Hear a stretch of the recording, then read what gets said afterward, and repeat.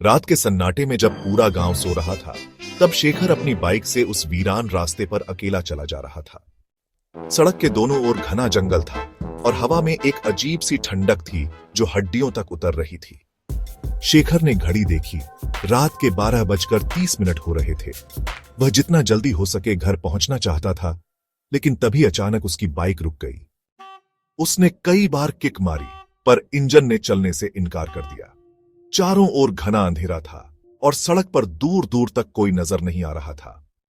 वह बाइक से उतरा और अपने मोबाइल की टॉर्च जलाकर इंजन देखने लगा। तभी उसे महसूस हुआ कि कोई उसे पीछे से घूर रहा है। उसका दिल जोर जोर से धड़कने लगा। उसने धीरे धीरे गर्दन घुमाई, पर वहां कोई नहीं था। पर उसकी नजर अचानक सड़क के किनारे खड़ी एक परछाई पर पड़ी। एक लंबा कद, बिखरे हुए बाल और लाल चमकती आंखें। उसका शरीर ठंडा पड़ने लगा। उसने अपनी बाइक फिर से स्टार्ट करने की कोशिश की, लेकिन बाइक जैसे जमी हुई थी। अचानक वह परछाई धीरे धीरे उसकी ओर बढ़ने लगी। हर कदम के साथ उसके पैरों के नीचे की जमीन जैसे कांप रही थी। शेखर की सांसें तेज हो गई। उसने पीछे मुड़कर भागना चाहा, पर उसके पैरों ने जैसे काम करना बंद कर दिया। परछाई अब बिल्कुल पास आ चुकी थी। अचानक हवा में एक फुसफुसाहट गूंजी। तू यहां क्या कर रहा है? शेखर ने चीखने की कोशिश की, पर उसके गले से कोई आवाज नहीं निकली। तभी एक ठंडी हवा का झोंका आया और वह परछाई धुएं में बदलकर उसके चारों ओर घूमने लगी।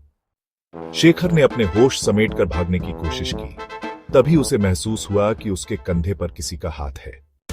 उसने झटके से पीछे देखा। वहां कोई नहीं था, पर उसकी छाया अब भी सड़क पर थी, जबकि वहां कोई रोशनी नहीं थी। डर के मारे उसकी आंखें फटी रह गईं। वह समझ नहीं पा रहा था कि यह हकीकत है या कोई सपना। तभी अचानक दूर से घंटियों की आवाज आई। किसी मंदिर की घंटी बज रही थी। उस आवाज के साथ ही वह परछाई धीरे धीरे गायब होने लगी।